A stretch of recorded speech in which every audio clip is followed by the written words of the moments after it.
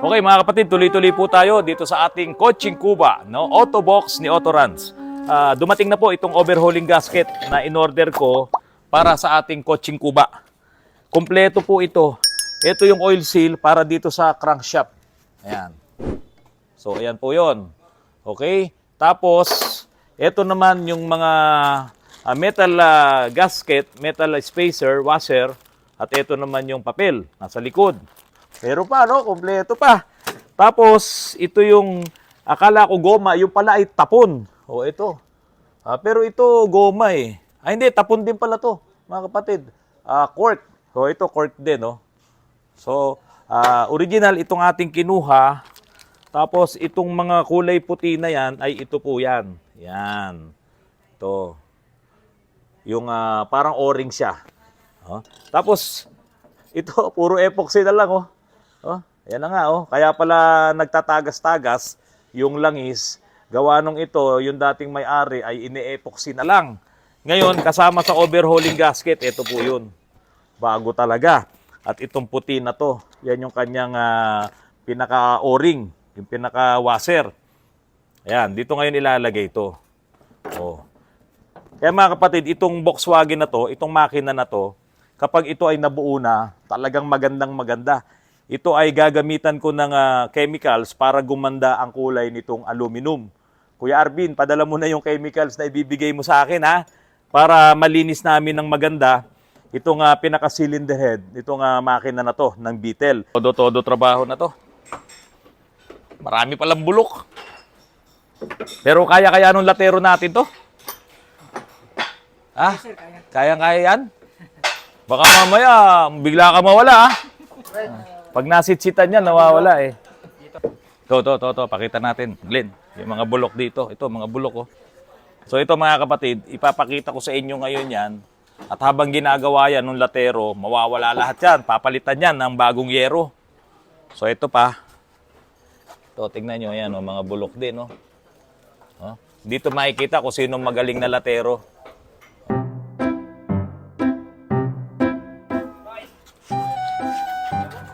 Kaya mga kapatid, inaangat na yung body.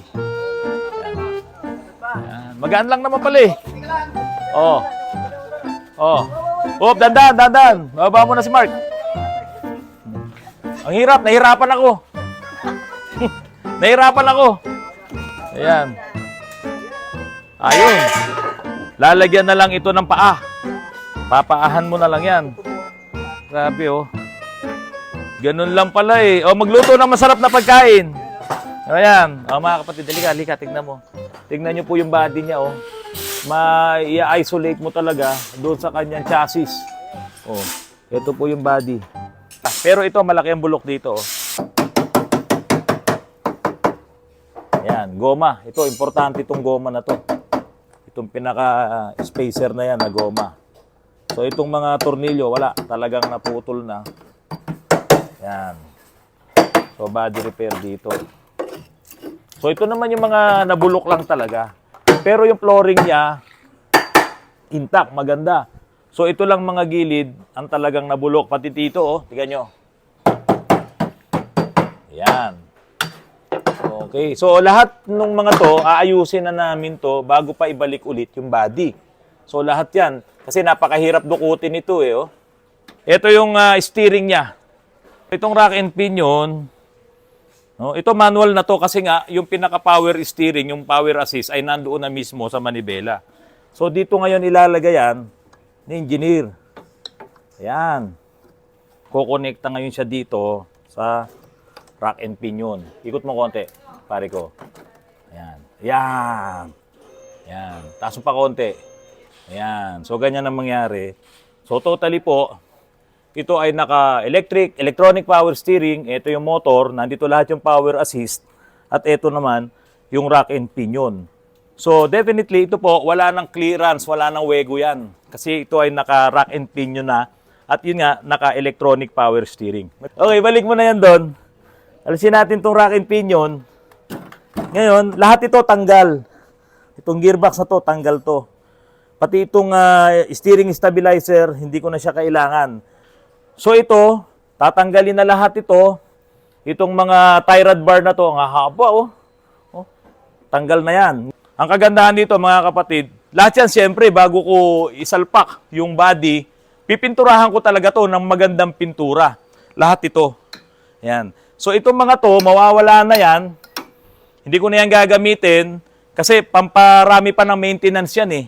Biro mo, pag masisira gearbox mo, masisira ang tie rod end mo, dalawa, bali 4 na tie rod end yan, lahat yan, tatanggalin ko na yan para less ang maintenance. Gagamitan na natin yan ng rack and pinion.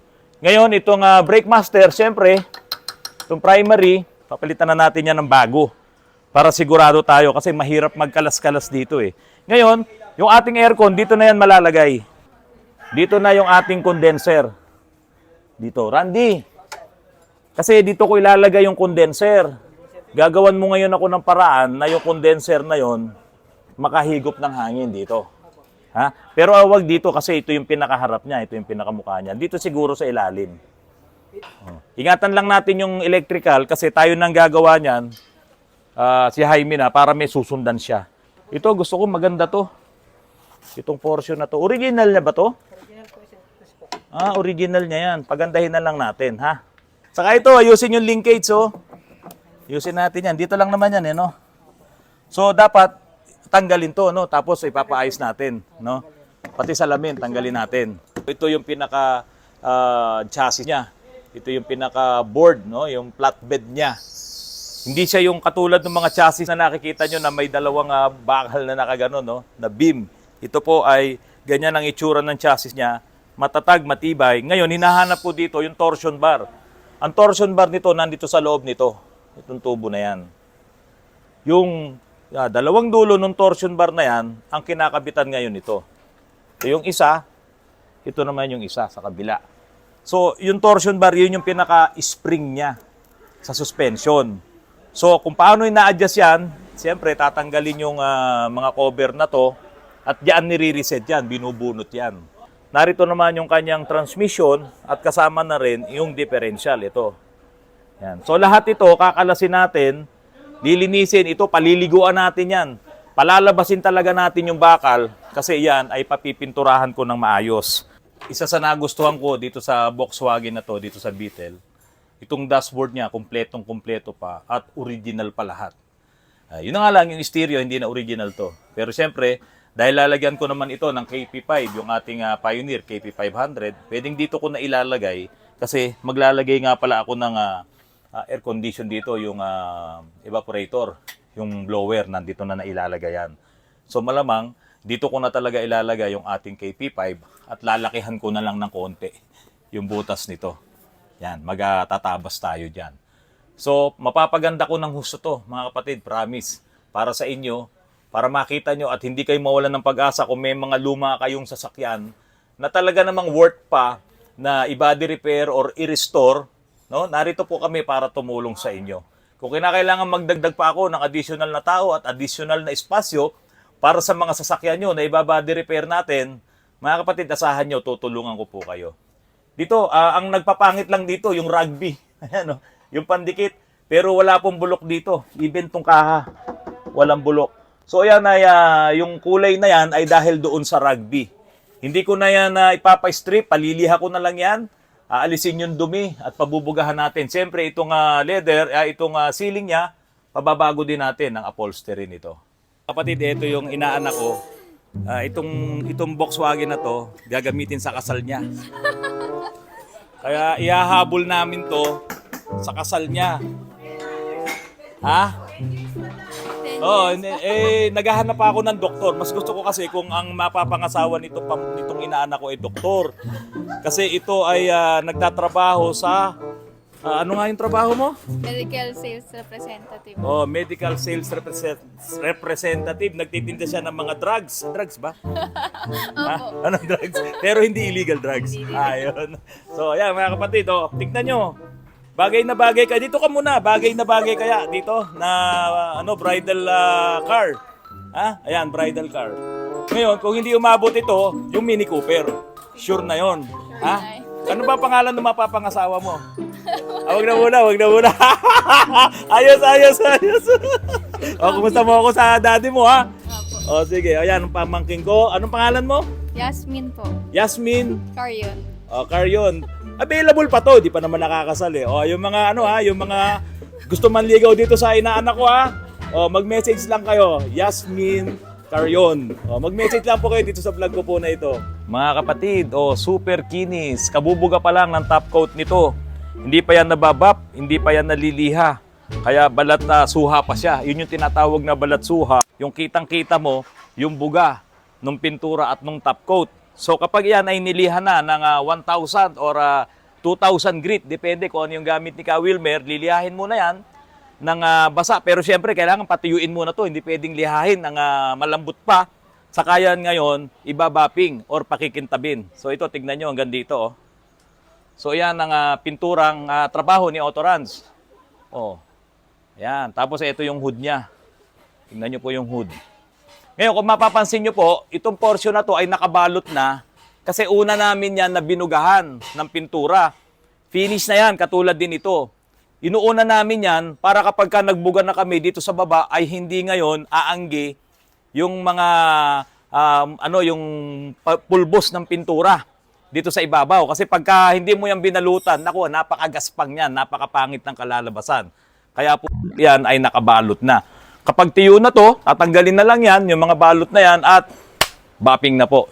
Yan po ang trabaho namin dito sa Autorans. Talagang magaling yung pintor, kaya wala po akong masabi sa kanya.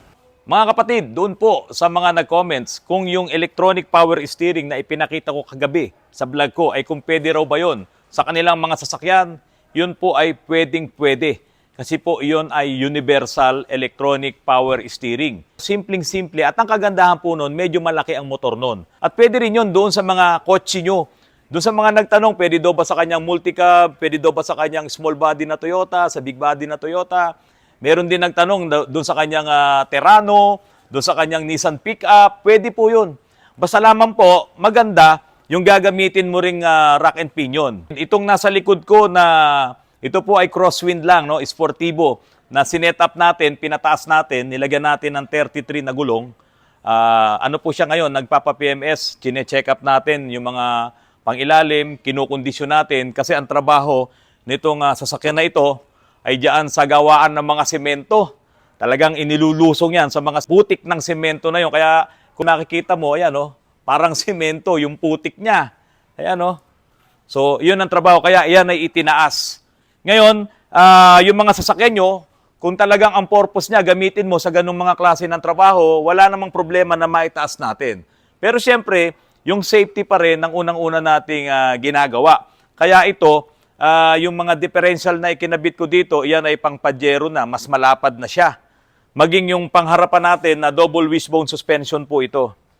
Yan, naka-double wishbone suspension. At ito po ay naka-rack and pinion na rin.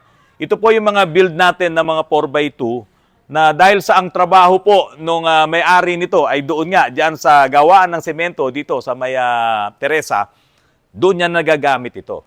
Ngayon, ito yung Volkswagen, Kotseng Kuba, bumaba na siya. Katulad po ng mga ipinakita ko sa inyo, sa araw-araw, huwag po kayong magsasawa na ipakita ko sa inyo yung mga ginagawa namin dito para doon sa mga nagnanais na magkaroon ng Kotseng Kuba, ay hindi kayo mawalan ng pag-asa dahil kahit gaano kabulok yan, ay kayang-kaya nating ayusin. Hindi siya ganoon kakomplikado. Itong Volkswagen na to, dahil kaunting-kaunti lang talaga yung pyesa niya at kayang-kaya nating palitan ng ibang pyesa. Katulad nung kanyang steering, yung gearbox, ay papalitan ko na ng rack and pinion. So ganoon kaganda po yung sasakyan na to kung magkakaroon kayo ng ganitong sasakyan dahil kayang-kaya po natin yang ayusin.